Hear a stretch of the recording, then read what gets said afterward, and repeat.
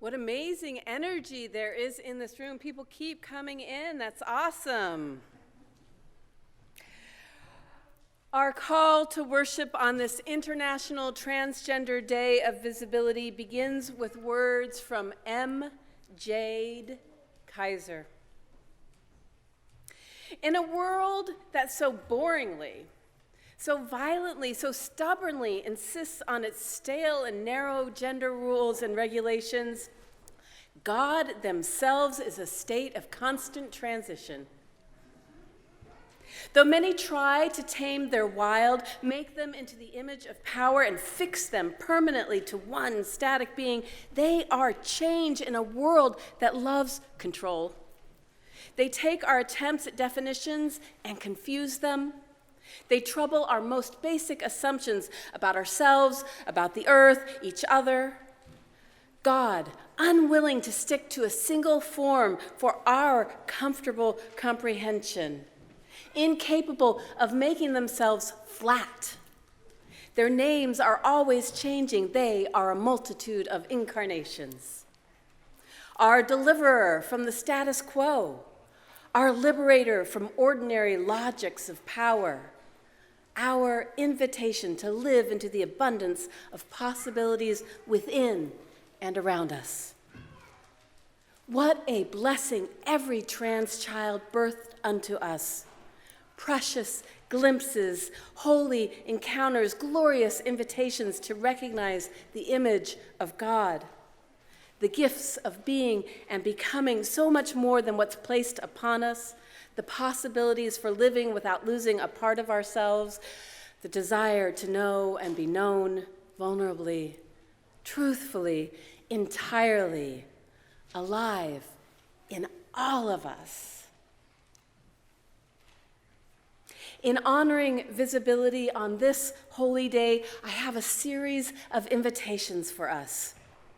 Wanting to honor whatever privacy you choose for yourself in today's context, in this place, in this people of this morning, I want to start by inviting anyone who identifies as trans to rise in whole body or waving your arms, claiming visibility in this community that honors you as whole and holy, just as you are.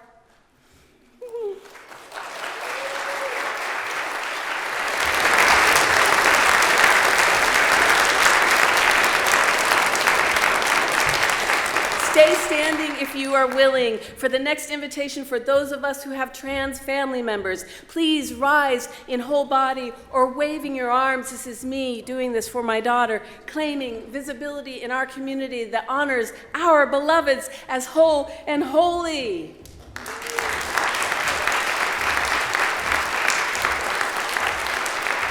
And the next invitation for those of us who know and respect someone who is trans, please rise in whole body or waving your arms, claiming visibility in this community as individuals and as a collective that honors transgender siblings and cousins whole and holy.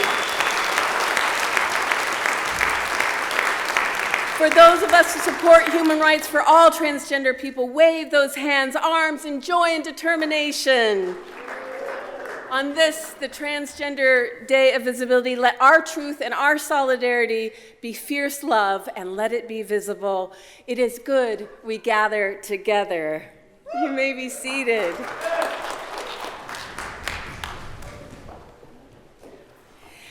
Please join me in saying the words either in English or Spanish as we light the chalice, this symbol of our Unitarian Universalism. I am going to try my Spanish again. Here we go. Encendemos esta llama para recordarnos de la luz de la verdad, la calidez de la comunidad, and el fuego de compromiso.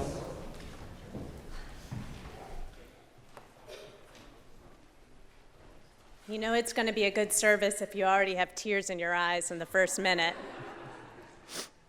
Good morning. Welcome to worship at the First Unitarian Universalist Society of Burlington. My name is Mary Beth McNulty, and I use she, her pronouns. This week brought us a lot of snow, then lots of sunshine, and now a lot of mud. you know it's officially spring in Vermont.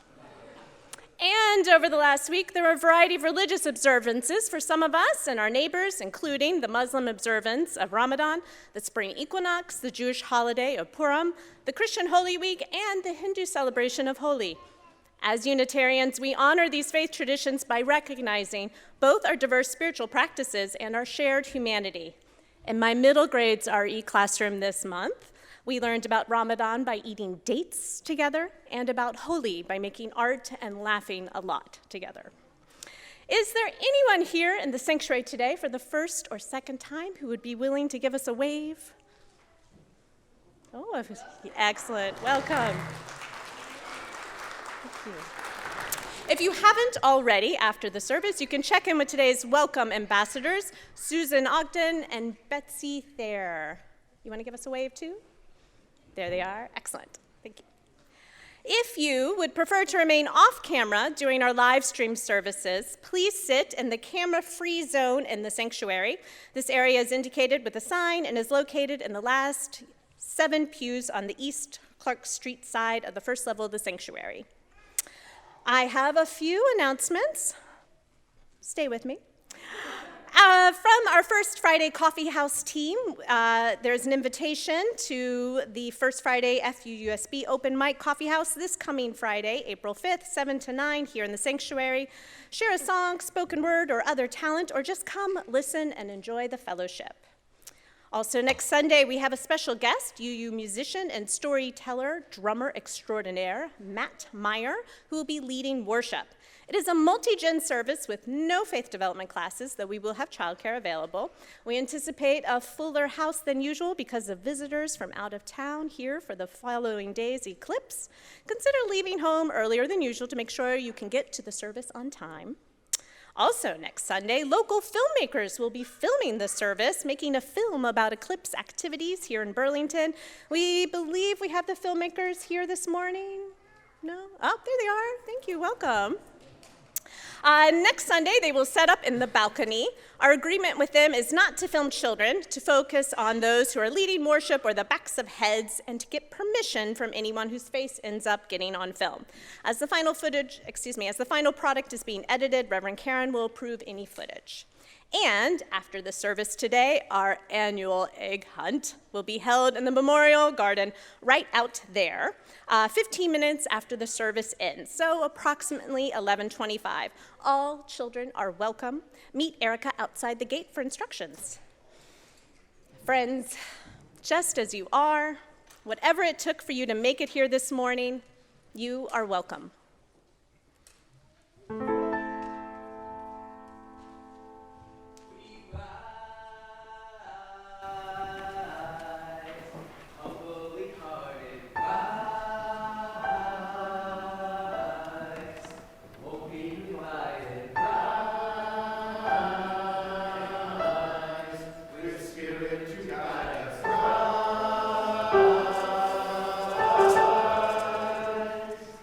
In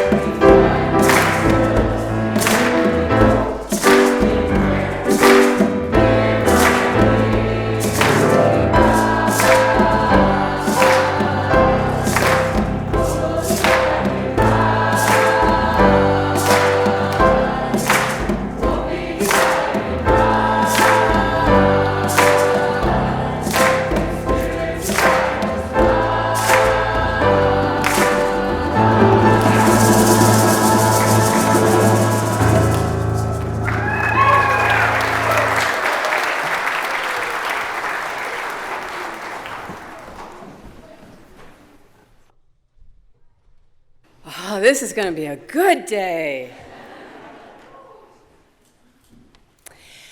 There are 3 readings today. This one is a poem from Al Young entitled How the Rainbow Works. It was written for a friend of the poet upon learning of his friend's mother's death. Mostly, we occupy ocular zones, clinging only to what we think we can see. We can't see wind or waves of thought, electrical fields or atoms dancing, thank you. Only what they do or make us believe. Look on all life as color. Vibratil movement, heart-centered from invisibility to merely visible. Never mind what happens when one of us dies. Where were you before you even get born? Where am I and all the unseeable souls we love at this moment or loathed before birth? Where are we right now? Everything that ever happened either never did or always will, with variations. Let's put it another way. Nothing ever happened that wasn't dreamed, that wasn't sketched from the start with artful surprises. Think of the dreamer as God, a painter, a ham to be sure, a divine old master whose medium is light and whose sidesteps tedium by leaving room both inside and outside this picture for subjects and scenery to wing it. Look on death as living color too, the dyeing of fabric, submersion into a temporary sea, a spectruming beyond the reach of sensual range, which like time is chained to change. The strange notion that everything we've ever done or been until now is past history, is gone away, is bleached, bereft, perfect, leaving the scene clean to freshen with pigment and space and leftover light.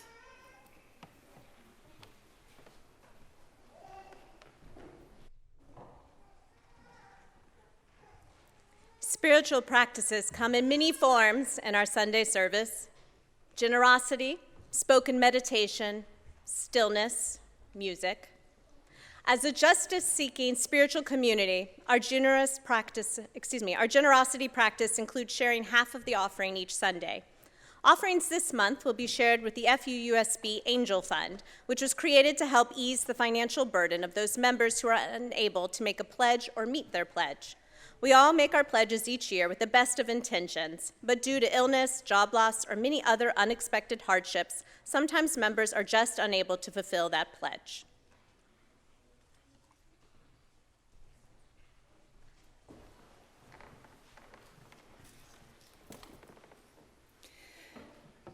This is a time we call prayer. We call meditation. We call connection with that which is in our hearts, connecting with other hearts in this space and within the world.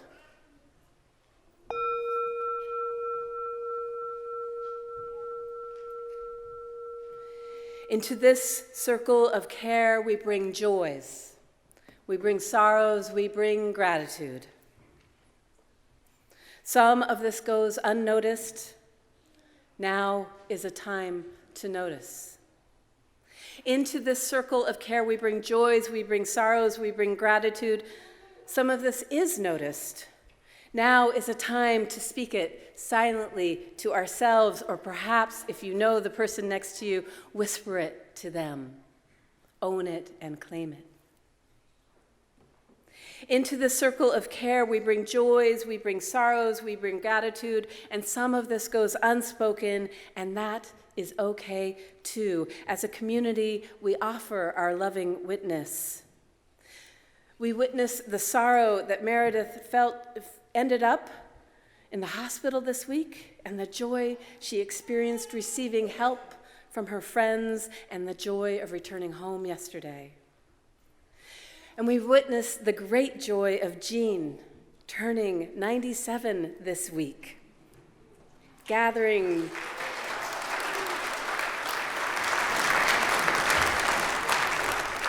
a gathering of dear friends to celebrate her spirit of deep curiosity and her presence of integrity. We witness the love expressed and a life both remembered and celebrated yesterday when a member of this congregation, Debbie Berg, her life was celebrated in Shelburne. Gratitude to those in this congregation who next week will be Eclipse Homestay hosts to benefit this congregation. Thank you so much for opening your home. And thank you to the Eclipse team who are like collective Energizer bunnies organizing around this event. Thank you, Susan and Nina and Courtney and Mark. Let us spend just a few moments in relative stillness, recognizing bodies make noises, and we are still here together, connecting with that which is in our hearts until the chime rings again.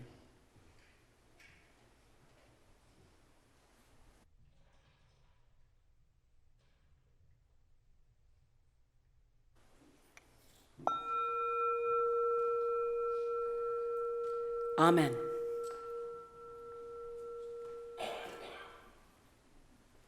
When the music plays soon, you are invited to come forward to silently mark a joy, a sorrow, or a gratitude by moving a stone from the basket onto the table. Also, if in coming forward anyone has a gift to add to the offering, you can place it in the basket here or there to make your offering also is available online. If you're at home or want to remain seated here, we invite you to lean into the music as an opportunity for stillness and centering as it makes sense for you.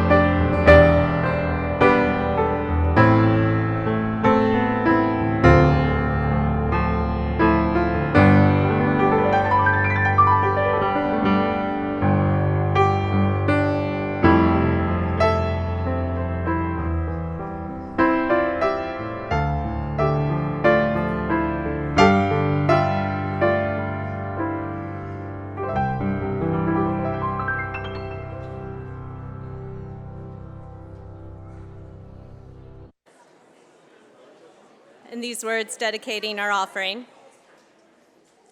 With gratitude, we dedicate these gifts in the service of our mission to inspire spiritual growth, care for each other and our community, seek truth, and act for justice.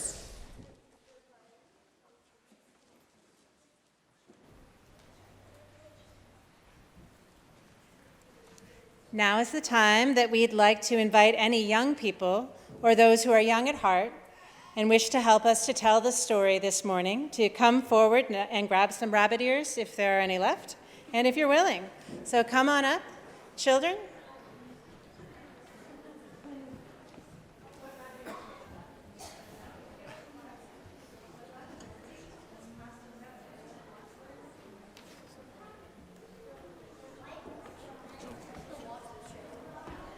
Okay, you want to sit up on the bench? Because I think we're going to be hopping here.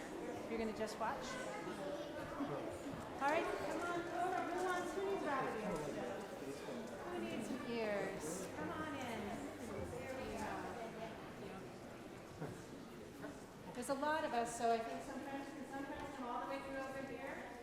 And some friends come all the way through. There's a lot behind you. There's a lot of people here today.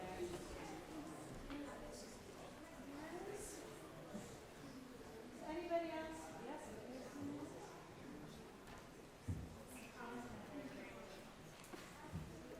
All right. We've told this story here before, friends. It's called Rabbitiness. It's written and illustrated by Joe Empson. It's published by Child's Play International, and we'll play the slides of the picture book up here while all of us help to act it out. Here is the story of a very special rabbit.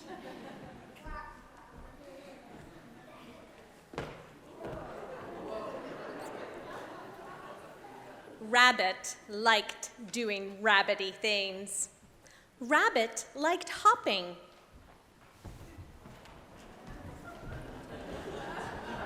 Rabbit liked jumping. Rabbit liked twirling his whiskers.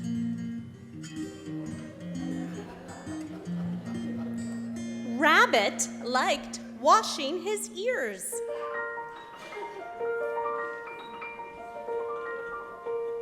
Rabbit liked burrowing.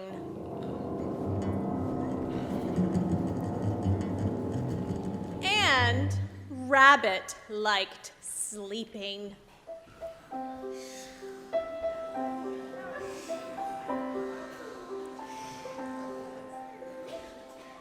Rabbit also liked doing un-rabbity things. He liked painting and making music.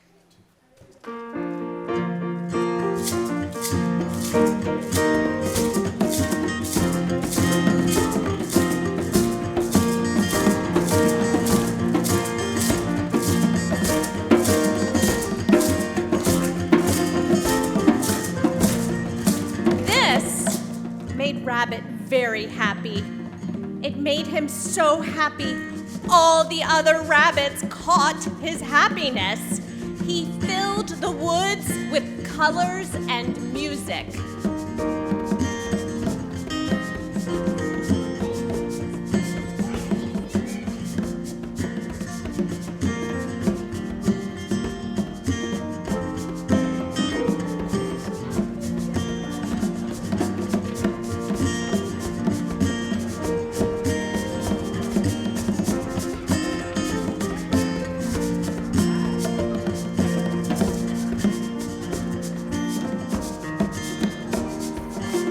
One day, Rabbit disappeared. The other rabbits were very sad. They couldn't find Rabbit anywhere.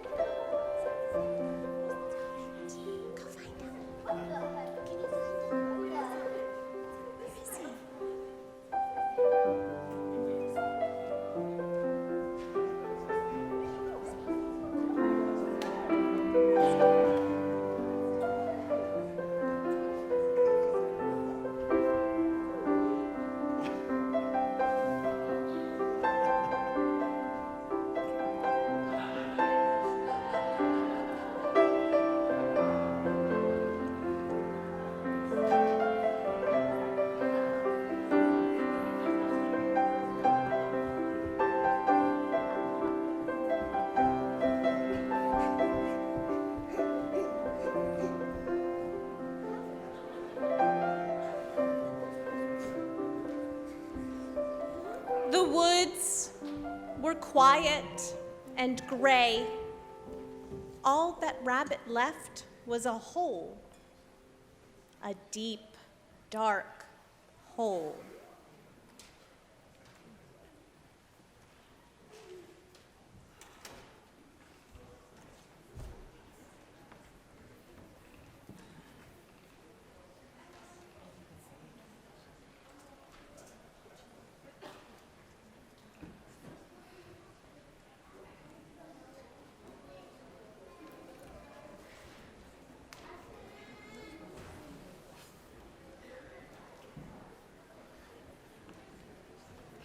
Well, we know the children didn't fall into a deep dark hole. They will be back.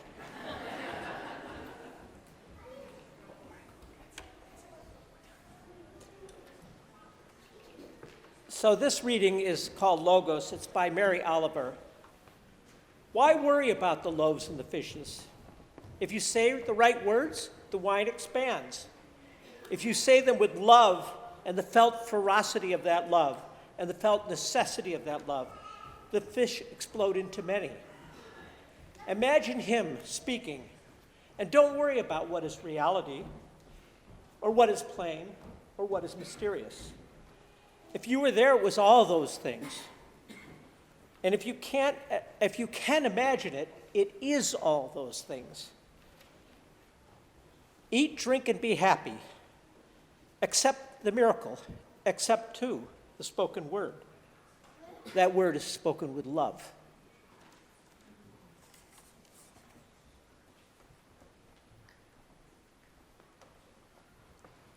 The last reading is titled Sonnets to Orpheus 29 and comes to us from Rainer Maria Rilke. Quiet friend who has come so far, feel how your breathing makes more space around you. Let this darkness be a bell tower and you the bell. As you ring, what batters you becomes your strength. Move back and forth into the change. What is it like, such intensity of pain? If the drink is bitter, turn yourself to wine. In this uncontainable night, be the mystery at the crossroads of your senses, the meaning discovered there. And if the world has ceased to hear you, say to the silent earth, I flow. To the rushing water, speak, I am.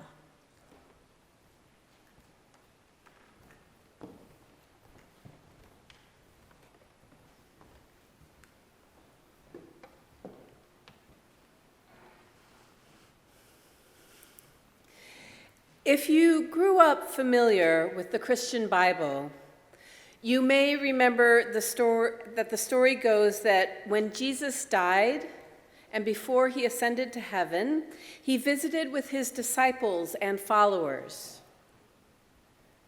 If you know this story, do you remember what happened?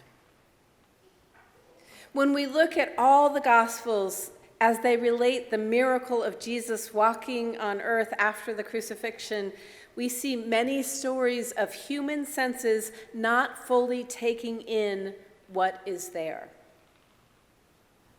In Matthew, Jesus appears to Mary Magdalene. She mistakes him as a gardener and perhaps the person who has removed her teacher's dead body.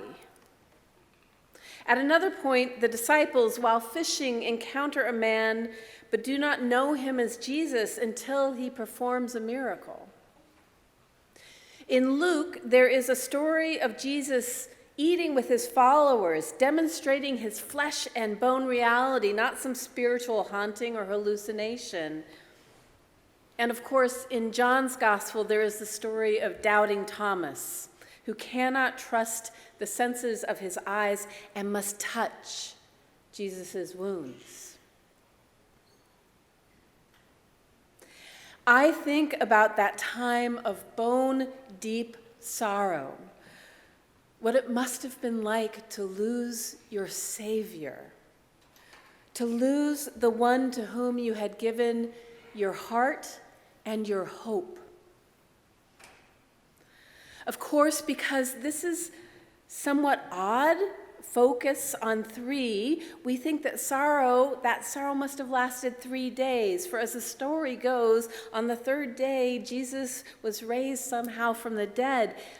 Yet we can see in the stories from the gospel that the sorrow, the disbelief, the lack of perceiving what had happened, it continued.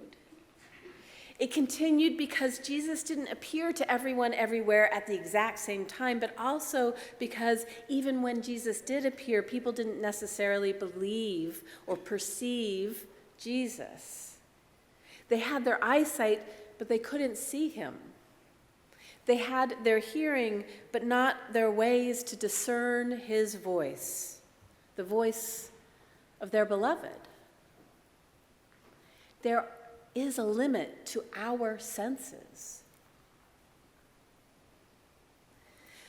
William Gladstone was Prime Minister of Britain in the 1800s. And I know that was a quick segue. Pause. Okay. So, William Gladstone, British Prime Minister, 1800s, and he was a huge fan of the Greek writer Homer, and particularly keen on the Iliad and the Odyssey, both of which were written at the end of the 8th century BCE, about 2,800 years ago, give or take. And at some point in his reading of these ancient Greek texts, he noticed that some of the references seemed to be, to his modern eye, pun intended, off color. Wine dark sea, wine-colored oxen, or honey as green, and sheep's wool as dark violet. He embarked on an analysis of the references to colors in the text, and he culled the whole text for references to colors and discovered that there were 170 mentions of black, and 100 times was white mentioned. He also noticed that the color red was mentioned only 13 times, while both yellow and green fewer than 10. And blue. Blue, yoo-hoo, blue, not at all. Now this piqued Gladstone's curiosity. He looked at other classic Greek texts and he found that this to be true as well, no blue. 10 years later, Lazarus Geiger, a scholar of ancient texts beyond those just of Greece, found this oddity to be true not only in ancient Greek texts, but in the texts from Iceland, from China, the ancient Vedic hymns, and even in the Bible in the original Hebrew. No blue. There was no blue, not even a blue sky. Intrigued, Geiger did an analysis of these ancient literatures, looking to trace the developmental emergence of color, and he found that in all ancient languages, they all began with black and white. And the order at which other color terms acquired was not entirely random. Next came red, consistently across all the languages he studied, then yellow, next green, and then blue. There is some variations there as more languages were studied. Geiger studied a limited amount, and his studies was in the 1800s. But this was what still held true was that red comes third after black and white, and blue is always last. And it turns out that only those cultures that had access to blue in nature, which is actually a pretty rare color to be found organically, they had the capacity to develop blue as a dye, and then it came into language. So in ancient times, there was only one culture that had the technology to make blue dye, and that was the Egyptians. And so they are the only ones way back when who had a word for blue. So I want you to hold on to that literary analysis as I share with you a bit of science as it relates to color. Dogs have eyes that perceive not only black and white, but also blue and yellow. Scientists have figured this out and have been able to label structures in the eyes that facilitate this capacity. And it turns out that dogs have two color cones, that's what they're called, and that's where that blue and yellow capacity comes. So if a dog looked at a rainbow, that dog could see two colors, blue and green, with the tiniest trail of yellow at the end. Half as thick as what ones we humans see, because we have three color cones, blue and yellow plus red, allowing us to see 7 colors in the rainbow. What about a sparrow? It has ultraviolet vision and a sharper sense of red, so its rainbow would start before ours and end later than ours. Butterflies have 5 or 6 color receptors, twice as many as our 3 human receptors, but they do not see twice as much, but exponentially more. Yet butterflies are not the animals with the most receptors. That honor belongs to an animal called the mantis shrimp. It has not 2 like a dog, and not 3 like us, and not even 5 or 6 like a butterfly, but 16. Can you imagine what a rainbow looks like to a mantis shrimp? Especially if they didn't live underwater. So you might be asking, why all this science on a day in the Christian calendar that calls us to believe in that thing that which cannot be proved? On a day in all of Christian history that calls us to move outside of our logical, rational mind and into that place where faith asks us to move beyond what we can discern with our senses. Imagine that you are struggling. Maybe you are. Imagine that your heart's sick. Maybe you are. Imagine that you are in over your head. You aren't sure how you are going to get out of whatever mess surrounds you. Imagine that you can't stop, or imagine that you can't start. Imagine that you are in a very dark place, one of those dark nights of the soul, but dang, it is lasting way longer than any night you have ever known before. Your sense of comfort, your sense of relief, your sense that this too shall pass are nowhere to be found. That which gives you hope, nowhere to be found. That which tells you that you are enough, you are okay, you are loved, you are worthy, not within grasp. That which gave you a sense of direction, a sense of place and purpose, you don't know where it is. You are in a narrow and dark passageway that seems to go on forever, and you are just one person, one spirit in a body with its limitations. You can only see so far ahead.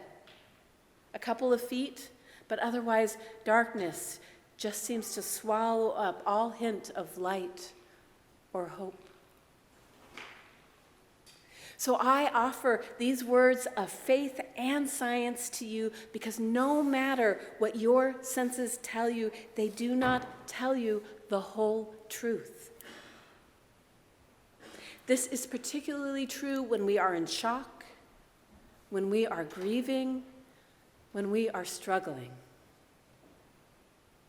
Look to the stories of Jesus's closest followers and how their grief, their disappointment, their disbelief held them back from perceiving what or who was in their presence. So I offer these words to you to call out in you the courage to trust that there is something beyond what we currently perceive, that the narrow and dark tunnel of physical or emotional pain, of addiction, of loss, of a pervasive sense of failure or of aloneness, that there is a light at the end of it. It may not be soon, but it is there. It seems to go on forever because we can only see or sense just so far in front of us, just so far into the next, just so far into the texture of the future. What did the poet from this morning's first reading remind us? Al Young said, mostly we occupy ocular zones, clinging only to what we think we can see. We can't see wind or waves of thought, electrical fields or atoms dancing, only what they do or make us believe. We can see a rainbow, but it turns out the rainbow is much wider and more colorful than what we perceive.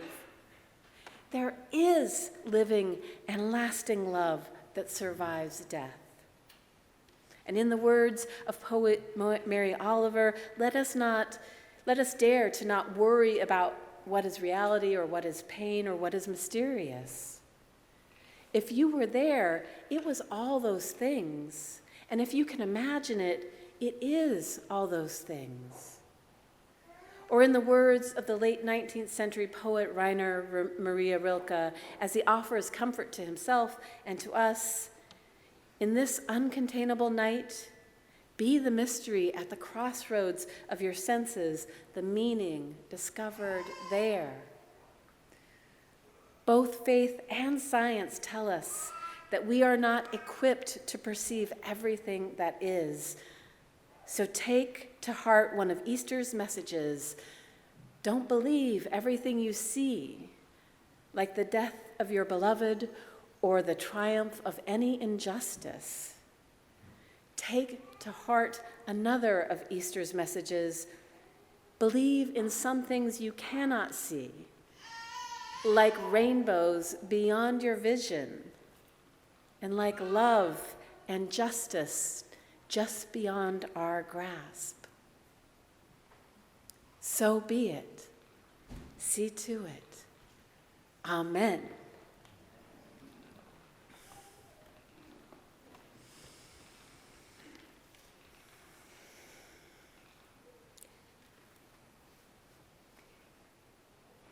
I believe we are going to be showing slides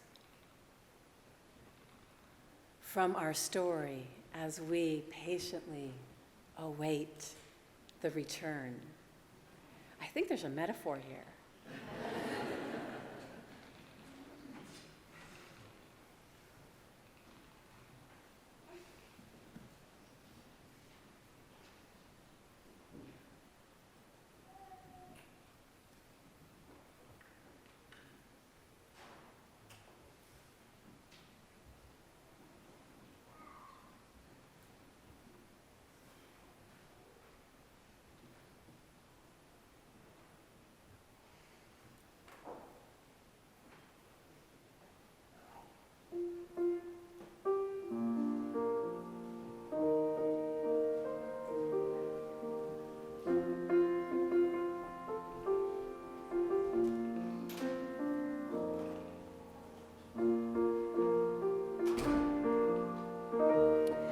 And then they filled the woods with color and magic and music once again.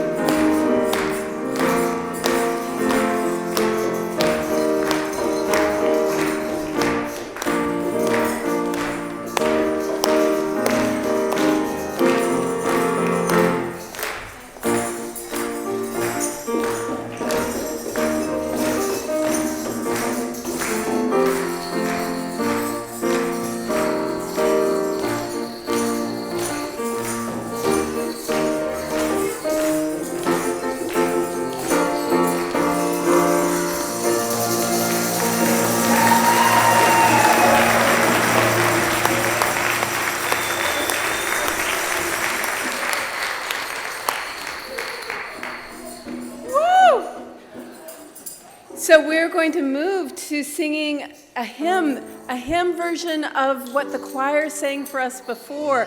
We're practicing this song because we will be singing it at the installation on Saturday, May 4th.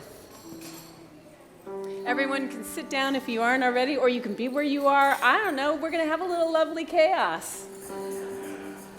So you get to choose whether you rise or you sit. Whatever it is, will you join me? We rise, humbly hearted, rise, won't be divided, rise, with spirit to guide us, rise, in hope, in prayer, we find ourselves here.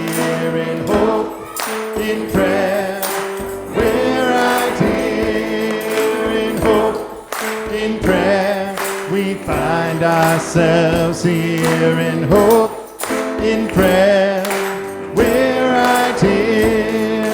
We rise. All of the children rise.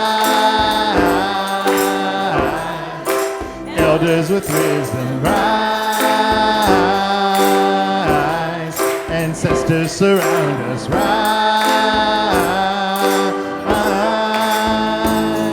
In hope, in prayer, we find ourselves here. In hope, in prayer, we're right here. In hope, in prayer, we find ourselves here. In hope, in prayer, we're right. Can we do this softer? We rise up from the wreckage, rise with tears and with courage, rise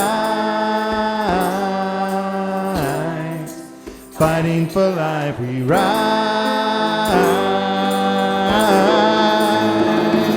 in hope, in prayer, we find ourselves here. In hope, in prayer, we're right here. In hope, in prayer, we find ourselves here. In hope, in prayer, we're right here, and we rise, humbly hearted, rise, won't be divided, rise, Spirit to guide us, rise.